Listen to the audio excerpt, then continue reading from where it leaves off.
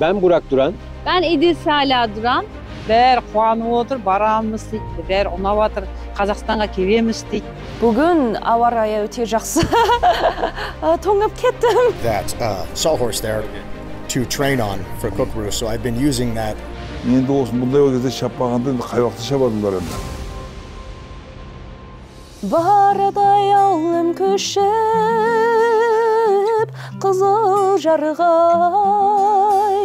taňa dar şopan tuap, sızılganday, közüňiň möderin ay. Ussenge tamı jatıp, sala berim, köňülim seni oylap, buzulganday, közüňiň möderin ay. Kulanday jirik mayda jalay, barmegen bizde yıldız aray. İşinde top qaragay, wede desken, közüňiň möderin ay.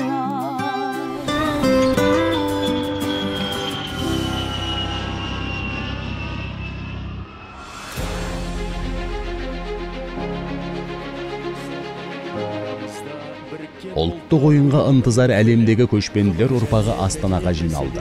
Дүниежүзілік көшпенділер ойыны түркі әлемнің құрметті қонақтарымен көнеден келе жатқан ұлттық ойындардың нағыз жанашырларын асықтай тізіп, ахой салдырды. ЮНЕСКО-ның материалдық емес мәдени мұрасына енетін бұл ойындарға әлемдегі салмағы ауыр саяси тұлғалар келді. Және дәстүрлі спорттың жанкүйерлері, баршаңызға шын жүректен öz salamimdi жолдаймын.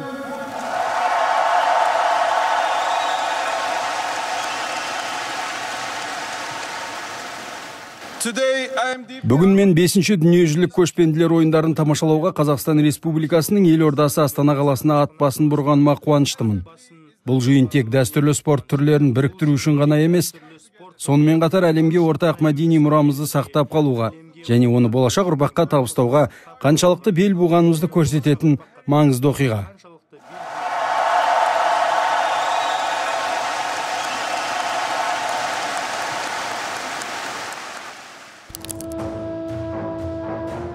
Көшпенділер ойындарына Түркияның Измир қаласынан келген Мутлы Недим есімінің қазақша мағынасы бақыт дейді. Өзі Эгей университетінде докторлық диссертациясын қорғауға дайындалып жүр. Тақырыбы Қазақстанның бүркітшілік дәстүрі. Ол алғаш рет бүркіт деген сөзін естігенде денем селт етті дейді. Түрік елінде ұмыт болған бұл сөздің мағынасын іздеп шарқ ұрған. Ақыры көне сөздіктен тауып, түрік тіліндегі қартал сөзін табады. Мағынасына үңілгенде бүркітшілік қанымда бар екенін аңғардым дейді. Соны түсіне сала Қазақстанға аттанғысы келген.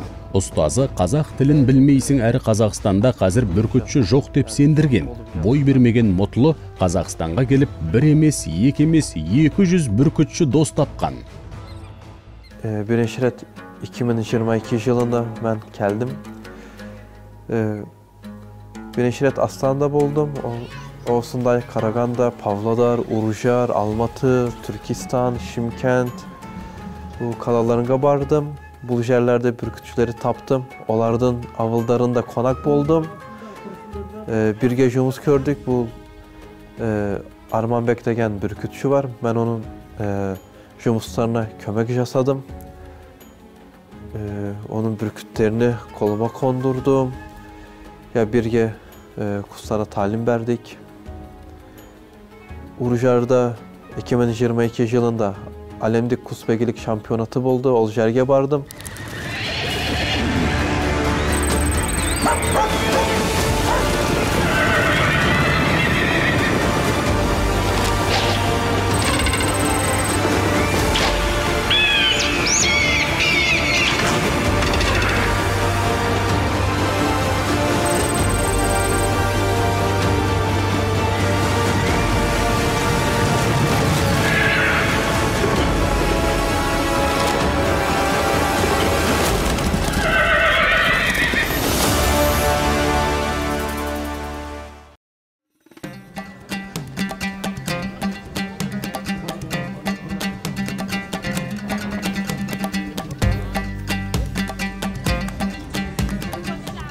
Bir қарағанда, мінекей көшпенді қазақ халқының мәдениеті мен дәстүріне қызыққан адам бізді өзі іздеп келеді деп отыра беруге болар еді әрине.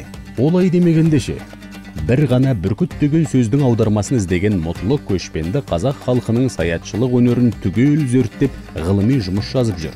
Бірақ бұл көшпенділер ойынының басты мәні сол салт дәстүріміз бен ұлттық ойындарымызды біреуге таныту емес, өз тарихымызды өз санамызда қайта жаңғырту. Өзгенің емес, өзіміздің көшпенділер ұрпағы екенімізді ұмытпауында. Тарихи санамыздағы көшпенділер ізін қою сиямен тағы бір сызып өтіп, өшірмеу. Мұтлының пікірі біздің оймен үндес келеді.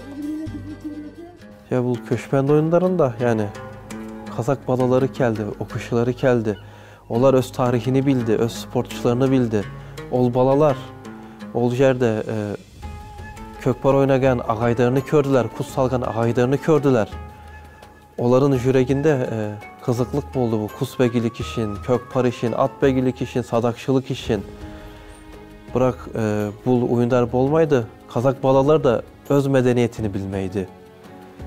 Ya sabahta bir muallim açsa ki ya bizde kusbegilik var, atbegilik var, caksı. Bırak bu adamları görmegen bala nağızdan bilmeydi. Bu oyunlarda Kazak balaları, Kazakstan'ın bolaşağı nağız Kazak boladı.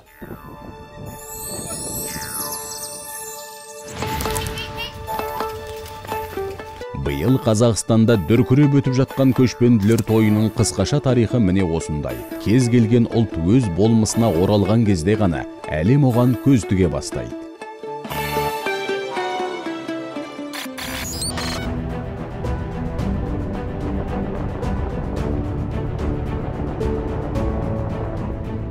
Сенсациялық жаңалық дейміз, жаңа бір креативті ой болды. Тоғызқұмалақтың тақтасын біз ғарышқа ұшырдық. Яғни ондағы мақсат не? Әркім әртүрлі айтып жатыр. Ол тақта арнайы осы 3 ай бойы жасалып дайындалған тақта былғарымен қапталып, барлық логотиптері қойылып, ол бізде негізгі алғашқы межең бізде 35.000 метр, 35 километр биіктік болған. Бірақ мынау датчиктерінің жұмыс істеуіне байланысты, сигнал беруіне байланысты 28.000 метрдан кейін біз оны кері қайтарып алдық. Өйткені ары қарай кетсе, одан ары биікке кетсе, біз ол тақтаны қайтара алмайтыннан сондай бір тәуекел болғаннан кейін сол стратосфера қабатында 1 сағаттан аса болды. Сөйтіп келді. Күллі қазақ жері, қазақ елі барлығы осы көшпенділер ойынының жүріп жатқанын сезінсін, білсін, осыған бір өзінің бір үлесін қосқан жағдайлар болсын деген ұранға байланысты, сондай бір үндеулерге байланысты біздің тараптан мынау жалпы қазақстандық рекорд, соны тіркедік. Біз 9 күні таңғы сағат 9-дан 9 минут 9 секунд кеткен кезде біз ойынымызды бастадық. Алғашқы жүріспен бастадық. Өздеріңіз білесіздер, 9 күні көшпенділер ойынының ойындары да басталды. Осы сәтте біздер барлық мектептер, университеттер, колледждер, жеке ұжымдар барлығы атсалысып, арнайы Google формаға тіркеліп, 213 мыңнан аса ойыншылар келді. Бұндағы миссия орындалды. Жасыратын несі бар? Дүниежүзілік көшпенділер ойындарына келген шетелдік қонақтардың көбі әрине көшіп қонған халықты экономикасы тоқыраудағы Орталық Азияның бір кедей елін көреміз деп келген сияқты. Ал қаланың мына жағында сәулеті келіскен ғимараттар, екінші жағында тарихқа тұнып тұрған этноауылды көрген қонақтар ойын бірден өзгертіп жатыр. Біразы көшпенділер ойындарынан соң ел ішінде тур іздеп, қазір Қазақстанды саяхаттап жүр.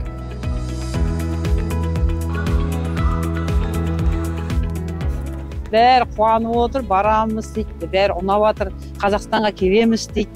Сосын қазіргілер енді төрт испандықтар мына жерден сапар сатып алып жатыр. 10 күндікке Қазақстанды қыдырамыз, көреміз деп жатыр. Алдында дейтін көреміз ба, көрмейміз ба деп ойластырып жатыр еді. Енді дейтін көреміз, барамыз дейді.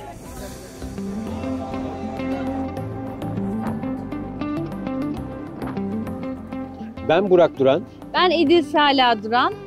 Bizler Türkiye'den geldik.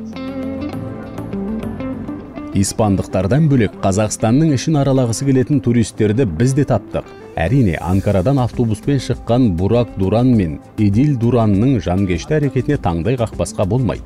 Көшпенділер ойыны өтеді дегенді естіген олар мына автобусты жөндеп жолға шыққан. Жалғыз емес, небәрі 2 жасар ұлы Гүнешке де ата-баба ізі қалған көшпенді елдің тарихын көрсеткісі келген. Анкарадан Астанаға аман есен жеткен олар көшпенділер ойынынан кейін бағытты Шымкент, Түркістан қалаларына бұрмақ.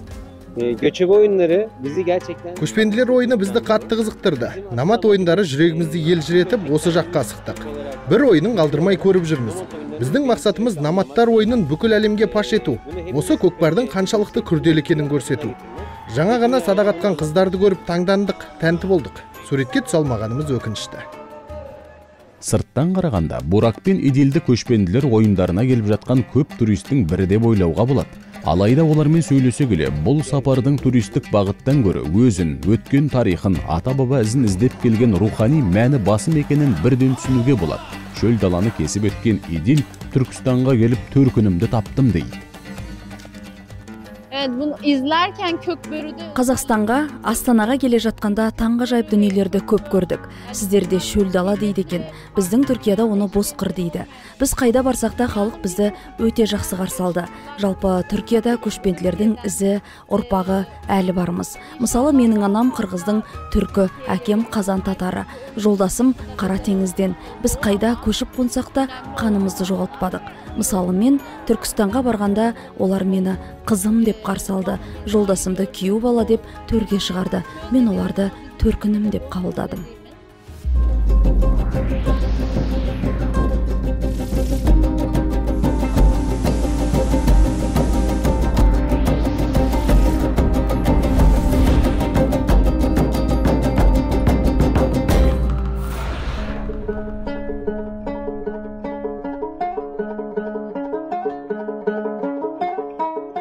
Қаны бөлек болса да жаны көшпенді өмірге жақын Шолпан қазақ тілін аздап болса да үйреніп жүрмін дейді. 2020 жылы керегесінде ілініп тұрған қасиетті домбыраны қолына алып, күй шерте бастаған. Ол үшін тіпті арнайы ұстаз іздеп, күйдің сырын ұғынған. Ал ең қызығы, қолындағы мына жүзігі оған құдды бір белгі беріп тарихқа тарта беретін сияқты. Саяхаттап жүріп Лондонға барғанда бір досым маған осы жүзікті сыйлады. Қазақтың құдалық жүзігі дейді. Қайдан алғанын айтқан жоқ. Содан өз еліме оралғанда Қытайда күмістен әшекей бұйым жасайтын бір шебер қолымдағы жүзікті көріп таңданды. Бұндай жүзікті жасау екінің бірінің қолынан келмейді. Жасау өте қиын іс. Бұл құнды жәдігер деді. Білесіздер ме, осы жүзігіме немесе басқа әшекейлеріме қарағанда оны қалай жасайтынын білмейтін едім. Көшпенділер ойынындағы этноауылда әшекей жасайтын шебердің жанында тұрып, көшпенді қазақтың сырын ұқтым.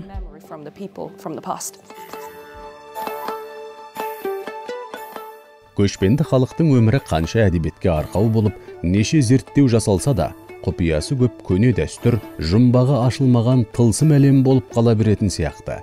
Көнеден келе жатқан киім мен әшекей бір адамның өмірін түбегейлі өзгерте салады екен.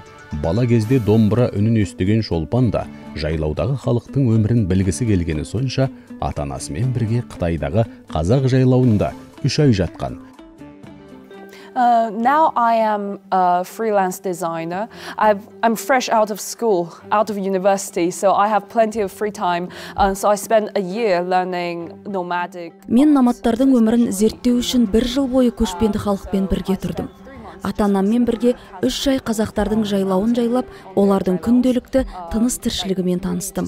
Яғни осы 1 жыл тәжірибе менің көшпенділер халқына деген сүйіспеншілігімді арттырды. Өзім фриланс дизайнер болып жұмыс істеймін. More in detail about the real nomadic lifestyle in comparison with my future plans in becoming a designer. Шолпанның жұмбақ жүзігі расымен де қиял ғажайып, сиқырлы бір ертегінің дайын тұрған сценарий дерсіз. Өйткені Шолпан бұл жүзікті таққан сайын өзін Қытай қызы емес, көшпенді қазақтың аруы сезінеді екен. Сценарий демекші, сонау Америкадан Қазақстанға көкпар тартуға келген мына шабандоздар Квентин Тарантиноның фильмдерінен шыққан ковбойлар іспеттес. Көшпенділер ойындарында жүлдеге қол жеткізбесе де, көкпарды тастамаймыз дейді.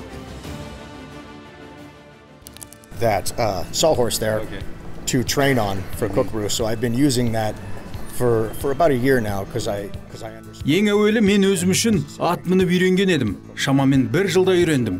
Көшпенділер ойындағы атмосфераны сөзбен айтып жеткізе алмаймын. Болашақта тағы шақырса тағы келем. Өйткені мұндағы адамдар өте қонақжай. Әңгімеге ашық, қолда барын беретін халық екен. So it's been really difficult to get all of us together in one space to train together. So Америкадан келген Майк Сейбо болса, жергілікті көкпаршылардың ерік жігеріне тәнті болған. Оның айтуынша, көкпарда тек мінезді әрі өте төзімді жігіттер ғана ойнай алады. Yeah, if someone invited me to come by myself, I would definitely come here. Қазақстандағы көшпенділер ойынының ұйымдастырылу деңгейі тамаша болды. Біз мұнда келіп нағыз көкпардың не екенін көрдік. Елге барған соң жаттыға береміз. Енді көкпар біздің тағы бір қызығатын дүниеміз болды. Properly express my gratitude for all the love I've been shown while here. It's been quite fantastic. Рас, көкпарға қазір көп ел қызығып жатқанымен, қазақтың тегіндегі бұл аламан жарыстың элементін жою мүмкін емес. КСРО кезінде көкпардың 9 дүркін чемпионы атанған Әбілхан Дауылбаевтың болмыс бітімі сөзімізді айқындап тұр емес пе? Көкпар десе ішкен асын жерге қоятын жанның бірі осы кісі. Қазақ көкпаршыларының намысы үшін кезінде денсаулығын қиған ол, осынау спорт түрі үшін жанымды беруге де дайынмын дейді. Көкпар кезінде шығып кетіп қисық біткен мына қолына жанашырлықпен емес, бүкіл сана сезіммен тамсана қарадық. Ат спортына мен сол 69-70 жылдан бастап араластым. Сонда көкпар қазақтың ұлттық ойыны ғой. Сол оқуды бітіріп ауылға келсем сол ат спортына араласып, содан міне кейін 80 жылдары біз бүкілодақтық жарысқа қатыстық. Бірінші рет Алматыға 80 жылы. Оға шейін біздің Қазақстан бірінші орын алмаған екен. Сол 80 жылы бар біз бірінші орын алдық. Содан 90 жыл Саяз Сарханға шейін 9 мәрте бар, 9 мәрте чемпион болдық. Әбілхан Дауылбаев кезінде көкпар өтеді деген сүйінші жаңалықты ести сала оған небәрі 3-4 күн ғана дайындалатын едік дейді. Өйткені КСРО-ның колхозды дамыту деген ұраны дала жұмысшысын спорт үшін де, өзге дүние үшін де босатуға мүмкіндік бермейтін. Сондықтан ол қазір мемлекеттің көкпаршыларға жасап жатқан жағдайына қызыға қарайды. Қазір енді қазіргі балаларға, жастарға айтам, айналайын, сендерге жасалған қошемет, сендерге жасалған нелер ешқандай үш уақытта болған емес. Қазір не деген барлық атқан аттарын әпереді. Біз онда колхоздың атын алып барып шығатынбыз. Сонда Құдайға тоба, әйтеуір бірінші орын берген жоқпыз. Қазір мысалы бүгін мынау бүкілодақтық жарыс өтіп жатыр. Бұл жерде 3 ай дайындалды біздің жігіттер. Бізде ол кезде дайындау 3 күнде дайындалмайтынбыз. Бізді жұмыстан айтады, пәлен күн ұшасыңдар дейді, бол соғын барамыз, ұшып кетеміз. Краснодар, Тбилиси, Киев, Пятигорск, барлық жерінде көкпарға барып қатыстық. Ешбір күнде тренировка жасаған жоқпыз. Сол бір өзіміздің жағы күнделікті араласып жүрген көкпарымыздың арқасында сол бірінші орын берген емеспіз. Қазіргі жігіттерге айтамын, сендерге не арман бар? Барлық жағдайларын жасап, мынау ат жарамайды дейді, басқа ат әпереді, мынау жарамайды, басқа ат әпереді. Ойларындағы бәрін істеп жатыр. Мен енді осы бұндай кезде шаппағанда қай уақытта шабады олар енді.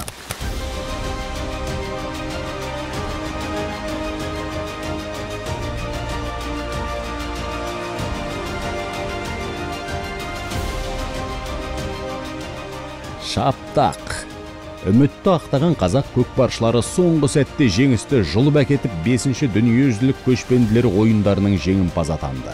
Әбілхан Дауылбаев жігіттердің бұл өнеріне тамсана келе, көкпардың басты құпиясы жылқы мен жігіттің үйлесімінде дейді.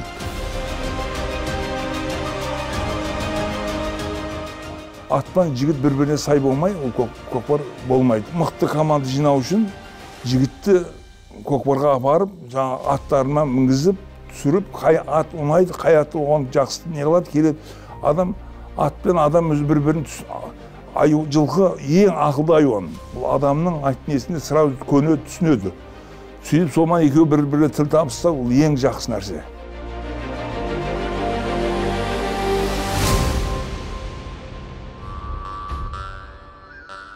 Әбілхан Дауылбаевтың айтып отырғаны тарихи шындық. Табиғатпен етене жақын өскен қазақ жылқыны құлын кезінен, бүркітті балапан кезінен танып, асылын қолға үйреткен.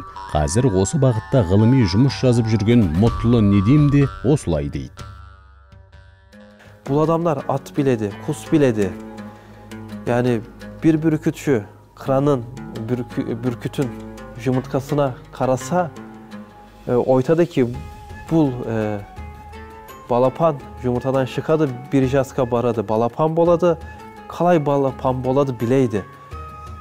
Ол айтса ki бұл жұмыртқадан шыққан құс қыран болады, оны алады. Uyada bir-iki gün ol құсты көреді. Айтса ki ya ben бұл құсқа talim bersem, бұл құс қыран болады, tilki aladı, қасқыр aladı. Ol құсы uyadan aladı.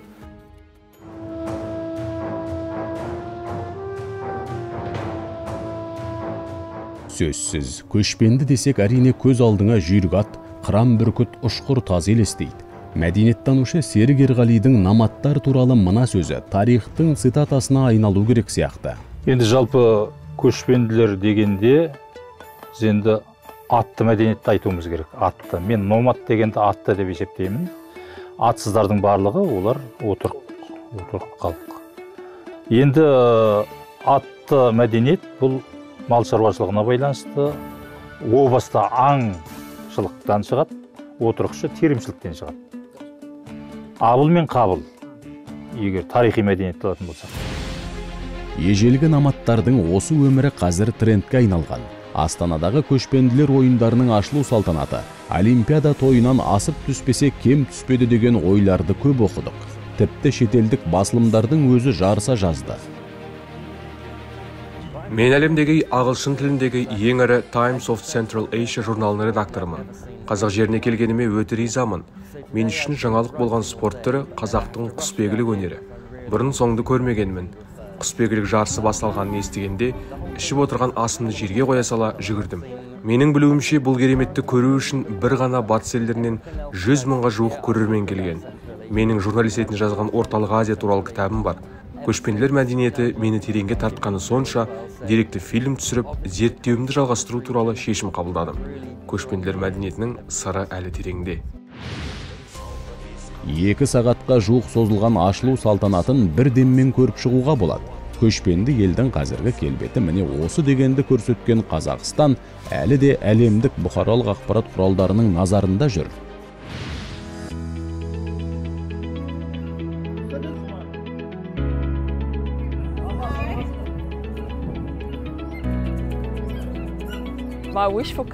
Мен оңтүстік Африкадан көшпенділер ойындарына арнайы келдім. Құсбегілік өнеріне тәнтімін. Өз жерімде құс баптайтын тобымыз бар. Біз құстың түр-түрін өсіреміз. Ал оның қыр-сырын терең түсіну үшін құсбегіліктің отаны Қазақстанға келуді мақсат еттім. Маған көшпенділер ойындары ұнап жатқаны сонша, бұл уақыт маған аздық етіп тұр. Мен ойындардың қызығына тоймай қалдым. Дүбірлі тойдың тағы бір аптаға жалғасқанын қалар едім.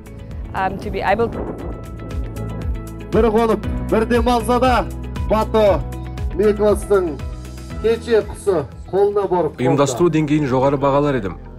Күткеннен де артық болды. Халқы, мәдениетті, тіпті өз үйімде жүргенде қонақ жайлық танытты. Қазақстан әлеуеті мықты елдердің сапында екен.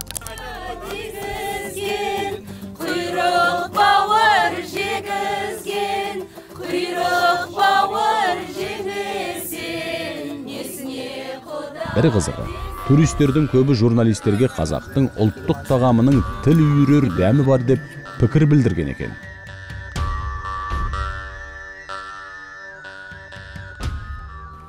Ет ауыз дейді.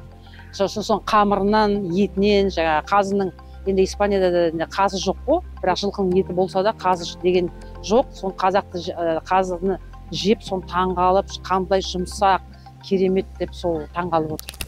Шолпан да сүйікті сусыным шұбат, ал ең жақсы көретін тағамым қазы болды дейді. I think a қазы, and then we shared that қазы, and I just thought that was Қазақ жерінде ең алғаш жеген асым қазақтың ет еді. Еттің ішінде қазы болды. Соны жегеннен кейін дәмі аузымнан кетпейтін болды. Қайдан көрсем де жей беремін. Ал қазақтың ұлттық сусындарының ішінде сүйіп ішетінім шұбат. Қымызды да шемін, бірақ шұбатты бәрінен қатты жақсы көрем. Есімінің өзін қазақшалап шолпан деп атаған Қаршадай қыз қазақ мәдениетін, ұлттық бұйымдарын әлі әлемге танытатын дизайнер боламын дейді. Біз оған көшпенді халықты қалай көріп едіңіз? Осы ойындар ойыңызды өзгертті ме деген сұрақ қойдық. Философиялық жауабын нағыз көшпендінің болмысын түгел ашып тұрғандай. Негізі осы көшпенділер ойынына келген спортшылармен сөйлессем, бәрі бір мамандық иесі. Бірақ бәрінің ортақ дүниесі көшпенді халықтың спорты мен тарихы. Жалпы менің ойымша, көшпенді халық дегеніміз атқа мініп, көшіп қону ғана емес. Көшпенді болу кез келген табиғатқа сіңу. Көшпенді болу дүние танымның еркіндігі. Көшпенді дегеніміз ой еркіндігі. As many roles as you can. Yeah.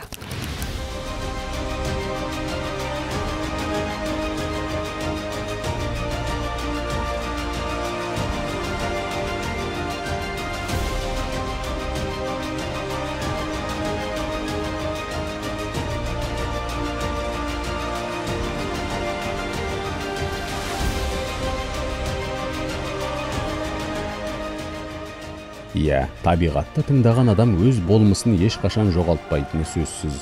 Әйтпесе айналасында ежелгі көшпендінің киіз үйі де, астында күнде мінетін жүйрік аты да жоқ астаналықтар көшпенділер ойындарына ағылып келер меді. Рухтандырған, жігерлендірген сол күндердің әсері әлі тарқаған жоқ. Халықтың рухын оятты деп айталамыз. Неге? Өйткені жаңағы айттық қой. Барлық ойындарда ерекше бір көрсеткіш бере алды. Соның ішінде біздің қазақстандық спортшылар бір жақсы бір нәтиже көрсете алды, осының барлығы. Ал рухын оятқанда бізде мынау әсіресе мектеп оқушыларының рухын біз оята алдық. Осы шараға олар да бір өздерінің үлесін қосқандығын осы тоғызқұмалақты ойнау арқылы сол жаңағы рекорд тіркеуге қатысалысқаны, ол әрбір оқушының, әрбір студенттің, әрбір ұжымның осы жаңағы рухын оята алды. Өйткені олар сол ойынның дайындалу барысында ол ойын не үшін сол шара өткізілу керек екендігін білді.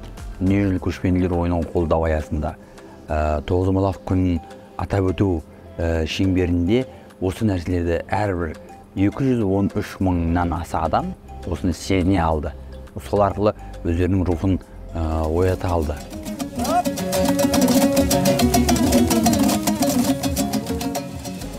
Халық көшпенділер ойынындағы ерекше сәттердің видеосын әлі де таратып тамсанып жүр. Көк туымыз желбіреген сайын, болмысымызға жақын ұлттық ойыннан ұтылмаймыз деген жанкүйерлердің қуанышын жасыру мүмкін емес. Сондықтан көшпенділер ойыны турист тартып, экономикаға пайда түсіруден бөлек, көшпенділер имиджін өсірген, халықты рухтандырып, баланы ата-баба жолына баулыған тарихи той болғаны сөзсіз. Türk medeniyetinde Sunkar, Bürküt degen kuşlar tavelsizliğin simbolü. Ya bugün de sizin kök tuvunuzda biz Bürküt'ü köremiz. Ya ol tuvda Bürküt bolsa Kazak eli er kaşanda tavelsiz boladı. Koluna kran konduran Kazak balaları eş kaşanda tavelsizliğini jogaltpaydı. Ol Bürküt adamga ruh beredi.